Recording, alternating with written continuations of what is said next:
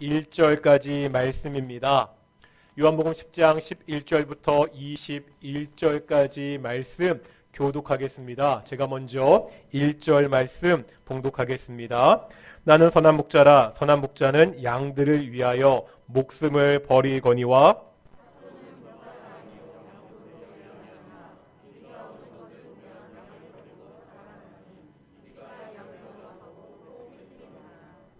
달아나는 것은 그가 삭군인 까닭에 양을 돌보지 아니함이나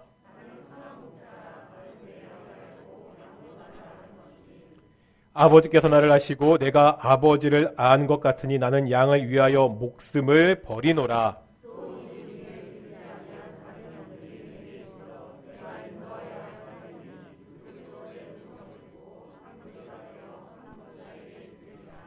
내가 내 목숨을 버리는 것은 그것을 내가 다시 얻기 위함이니 이로 말미암아 아버지께서 나를 사랑하시느니라.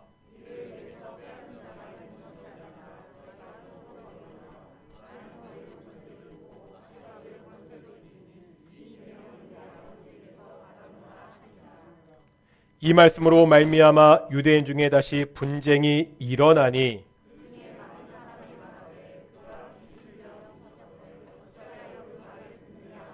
함께 읽겠습니다.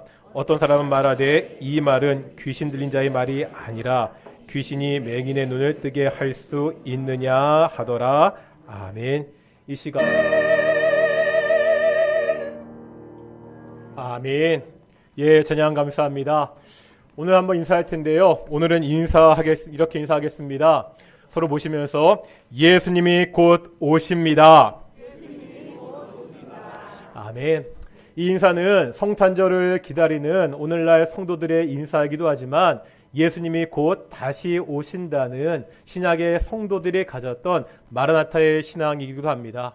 우리 이번 성탄절을 맞이해서 예수님의 초림을 기다릴 뿐만 아니라 우리 예수님의 재림을 다시 한번 기다리는 우리 귀한 성도들이 되시기를 축원합니다. 우리가 예수님 하면 딱 떠오르는 그림 이미지들이 있습니다. 가장 대표적인 것이 십자가에 달리신 예수님입니다. 그 다음에 쉽게 떠올리는 이미지가 있습니다. 목자 되시는 예수님입니다. 주변에 양들이요 한가롭게 풀을 뜯어먹고 있습니다. 그 가운데 예수님이 어린 양을 안으시고 인자한 얼굴로 앉아 계십니다. 이런 그림 많이 보셨을 것입니다. 이렇게 목자 되시는 예수님은요, 예수님이 직접 자기를 가르쳐 하신 말씀이기도 하지요. 오늘 본문에 나와 있는 요한복음에 나오는 네 번째 예수님의 자기 계시입니다. 오늘 본문 11절 상반절에 예수님이 자신을 뭐라 말씀하시죠? 나는 선한 목자라. 우리가 참 익숙한 예수님의 모습입니다. 그런데 오늘 본문 19절부터 21절을 보면 좀 다릅니다. 오늘 본문 19절에 보면 유대인들 사이에 분쟁이 있었습니다. 어떤 분쟁이냐면 예수님이 자신을 선한 목자라고 이야기하시니까 이 말씀을 듣고 지금 유대인들 사이에 분쟁이 생겼습니다. 이제 20절 보니까 어떤 사람이 말하죠? 예수님이 귀신 들렸는데 그래서 미쳤는데 그 말을 우리가 들을 필요가 없다 이렇게 말하는 사람들도 있습니다. 우리는 예수님이 목자라는 사실에 익숙한데 지금 유대인들은 이 말을 듣고 크게 반발하고 있습니다.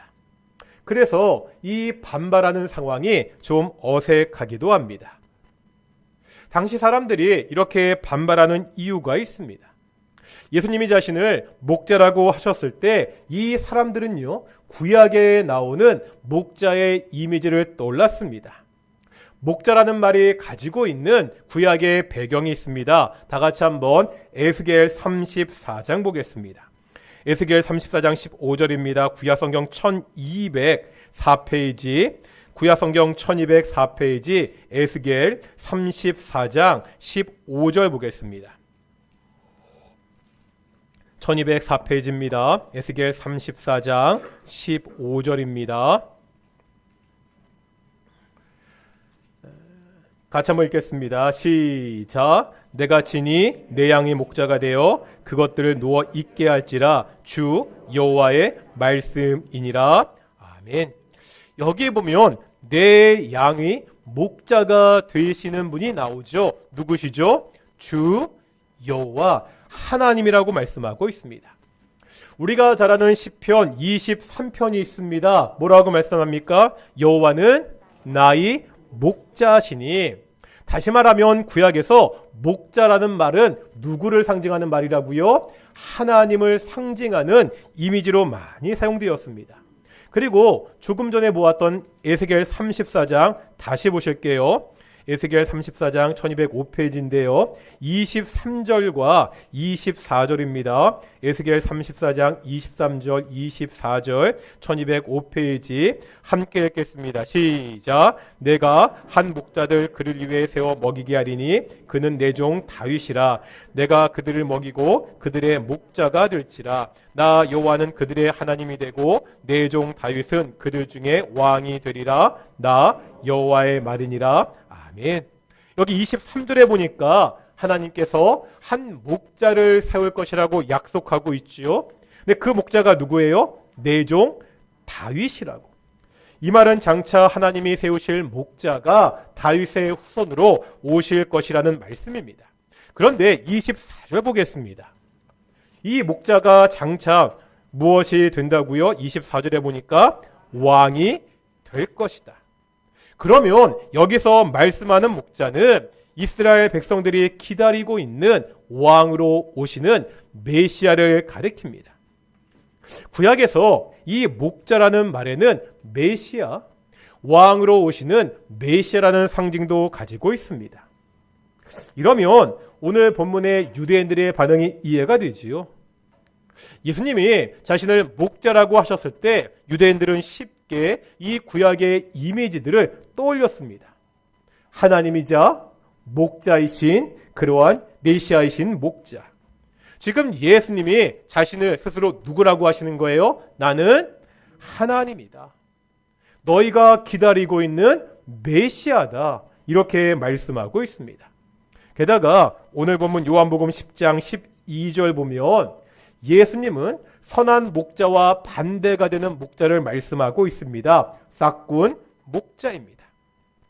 이 싹군 목자는 양을 돌아보지 않는 자들입니다. 이리가 오면 양을 버리고 도망을 칩니다. 예수님은 유대의 종교 지도자들이 그러한 싹군 목자, 악한 목자라고 지금 말씀하고 있습니다. 유대인들이 지금 보고 있는 상황은 이렇습니다. 예수님이 자기의 스스로를 하나님이라고 주장하고 있습니다. 이제 유대의 지도자들을 악한 목자라고 말씀하고 있습니다. 이렇게 말씀하시는 예수님을 이 사람들은 받아들일 수가 없습니다. 강하게 반발하고요. 예수님이 귀신 들린 자라고 그렇게 이야기하고 있습니다. 하지만 이 사람들이요, 뭐라고 이야기하던 지금 예수님의 말씀은 사실입니다. 예수님은 선한 목자이십니다. 구약에서 말씀했던, 구약부터 예언했던 그 하나님, 하나님의 종 메시아가 우리가 믿는 예수님이십니다.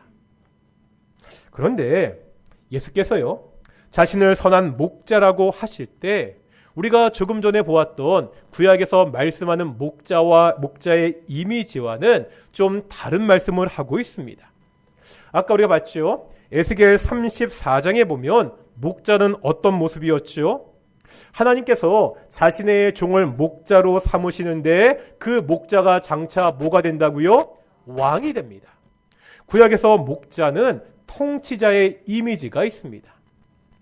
구약에서 이스라엘 백성들의 왕 중에 최고의 왕을 누구라 뽑지요? 우리가 다윗이라고 이야기합니다. 이 다윗의 원래 직업이 뭡니까? 목자였습니다. 목자 출신 다윗이 이스라엘을 다스리는 왕의 직분을 가지게 되었습니다. 구약에서 또 다른 목자의 모습도 있죠. 너무나 잘 아시는 시편 23편. 양들을 푸른 풀밭과 쉴만한 물가로 인도하시는, 너무나 잘 아는 그 돌보시고 함께 하시는 그 목자의 이미지가 있습니다. 그런데 이런 구약의 이미지와는 달리 오늘 본문에 보면 목자의 좀 다른 모습이 나타나고 있습니다. 오늘 본문에 보면 반복적으로 나타나는 문구가 있습니다. 제가 항상 말씀드리죠. 왜 반복한다고요? 중요하니까. 우리가 성경 본문을 읽을 때 반복하는 말씀을 찾는 게 그래서 중요합니다. 어떤 문구가 반복되고 있죠? 한번 11절, 15절, 17절 보겠습니다.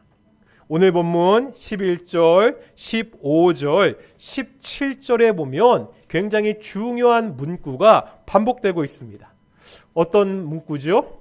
단어가 아니라 문구입니다. 뭐죠? 목숨을 버린다. 다시 말하면 양들을 위해서 목숨을 버리는 목자입니다. 11절에 보니까 선한 목자는 양들을 위해서 목숨을 버린다고.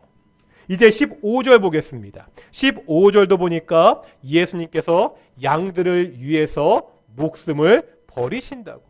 17절입니다. 역시 예수님이 내 목숨을 버린다는 말이 반복되고 있습니다. 사실 이야기도 익숙하지 않습니까?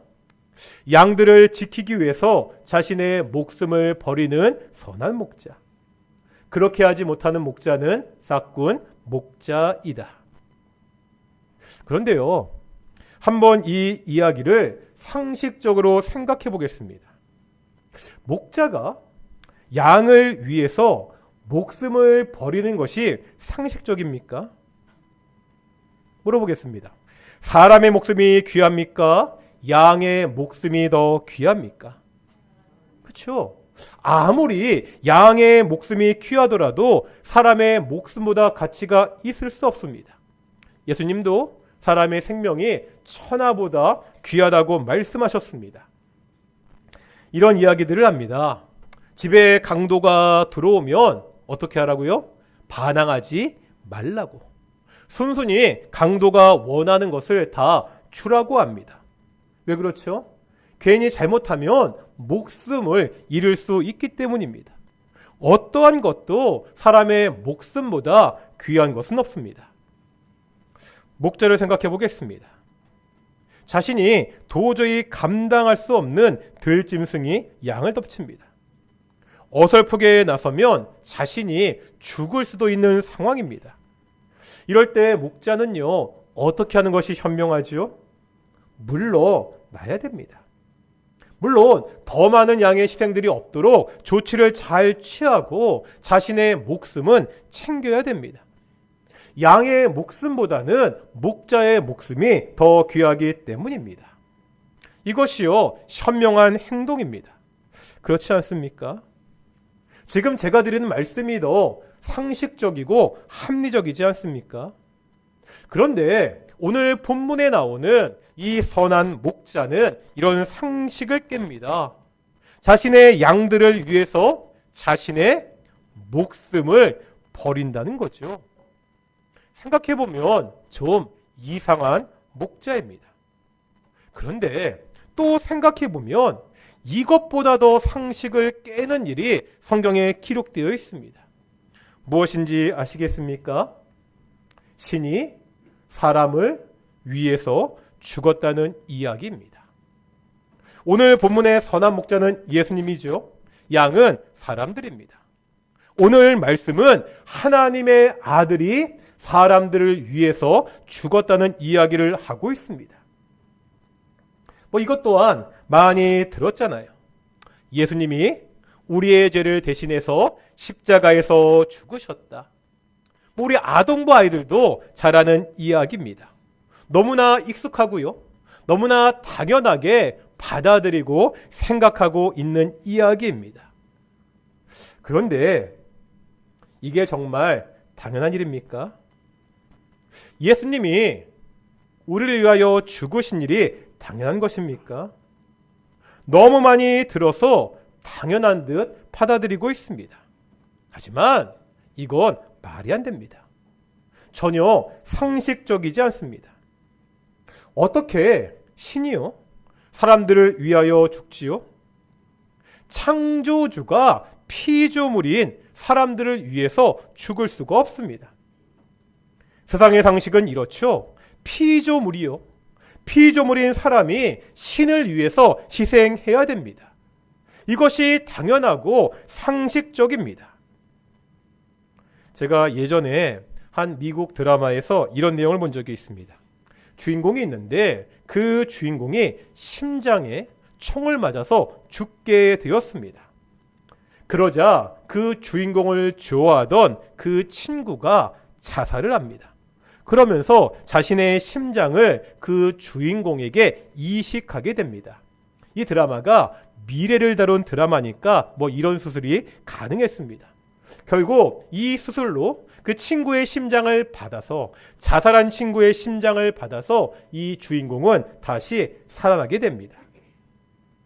다른 사람을 위해서 자기가 자살을 하고 심장을 주었다는 이 상황이 어떻지요? 이해가 되십니까? 아니, 정말 사랑하는 사람을 위해서는 이럴 수 있을 것도 같습니다. 정말 부모가 사랑하는 자녀를 위해서 이럴 수도 있을 것 같습니다. 하지만 이런 경우는 어떻죠? 집에서 개를 기르고 있습니다. 그 개의 심장에 문제가 생겨서 죽게 되었습니다. 그러자 그 개의 목숨을 살리기 위해서 그 주인이 자살을 합니다. 그 다음에 자신의 심장을 개에게 이식하는 이런 사람이 있을까요? 이건 말이 안 됩니다. 혹시 그런 사람이 있다면 그 사람은 진짜 이상하다는 평가를 받을 것입니다. 상식적으로 개를 위해서 사람이 죽는 것을 받아들일 수가 없기 때문입니다. 그런데 이것보다 더 상식을 깨는 일이 일어났습니다. 창조주가 피조물을 위해 죽었습니다. 신이 사람을 위해 죽었다는 거예요.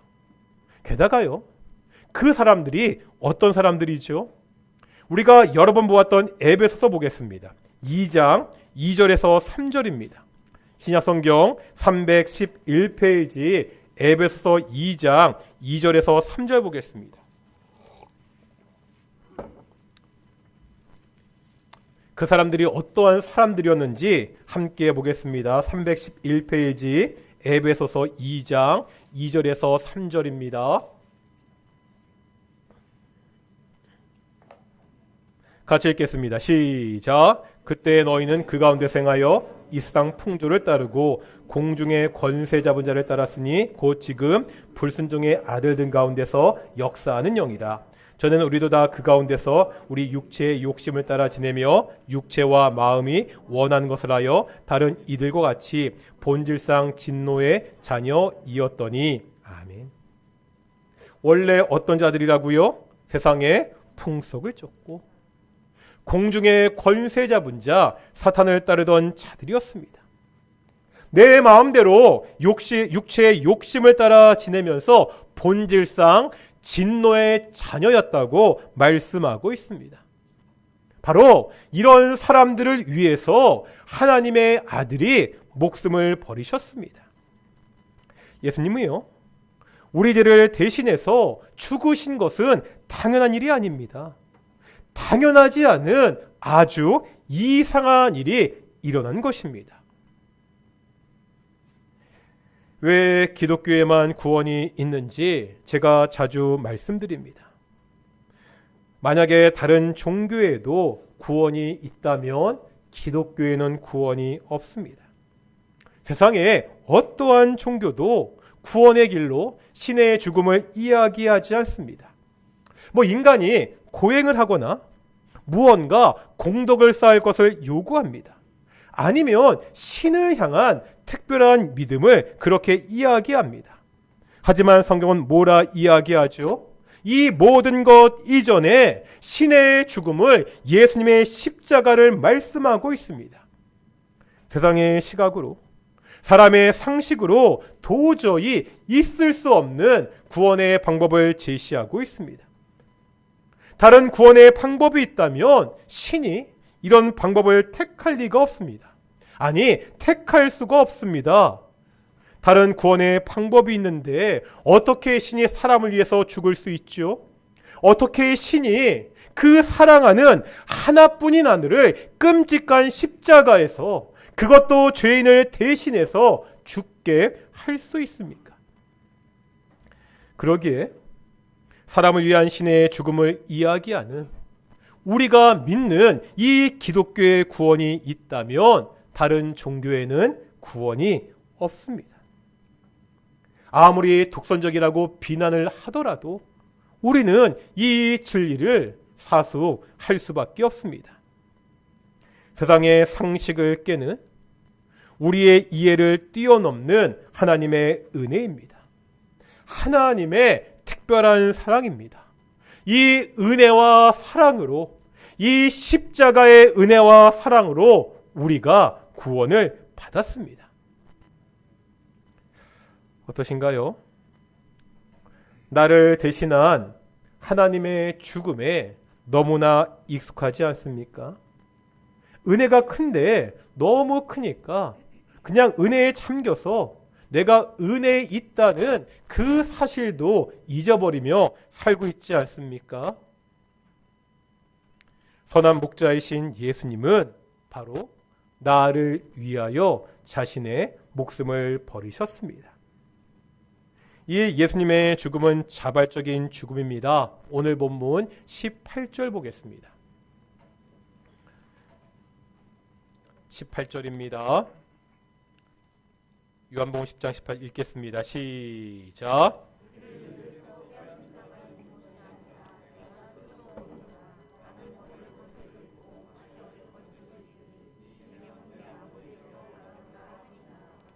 아멘. 예수님의 목숨을 누군가 빼앗은 것이 아니라는 거죠. 예수님이 스스로 자신의 목숨을 버리셨다고 말씀하고 있습니다. 예수님의 자발적인 순종이 우리를 구원하셨다는 것을 성경은 가르치고 있습니다. 이 구원의 감격을 다시 회복해야 됩니다. 너무나 익숙해져서 그냥 보통 명사처럼 되어버린 십자가, 이 십자가가 우리에게 은혜가 되어야 됩니다. 우리가 기다리는 성탄절은 이 십자가의 은혜를 다시 한번 묵상하는 날입니다. 나를 위하여 죽기 위해 오신 그 아기 예수님을 기억하는 날입니다. 대림절을 맞아 이 십자가의 은혜를 다시금 회복하기를 축원합니다. 마지막으로 오늘 본문에서 한 가지 더 주목할 사실을 보기를 소망합니다. 16절 보겠습니다. 오늘 본문 16절입니다. 16절 말씀 함께 읽겠습니다. 시작.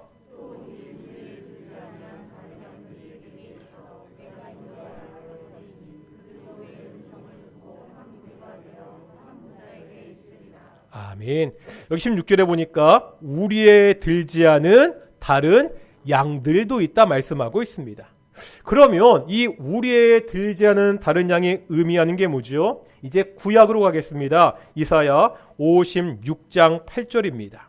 구약 성경 1037페이지 이사야 56장 8절 보겠습니다. 이사야 56장 8절 구약 성경 1037페이지입니다.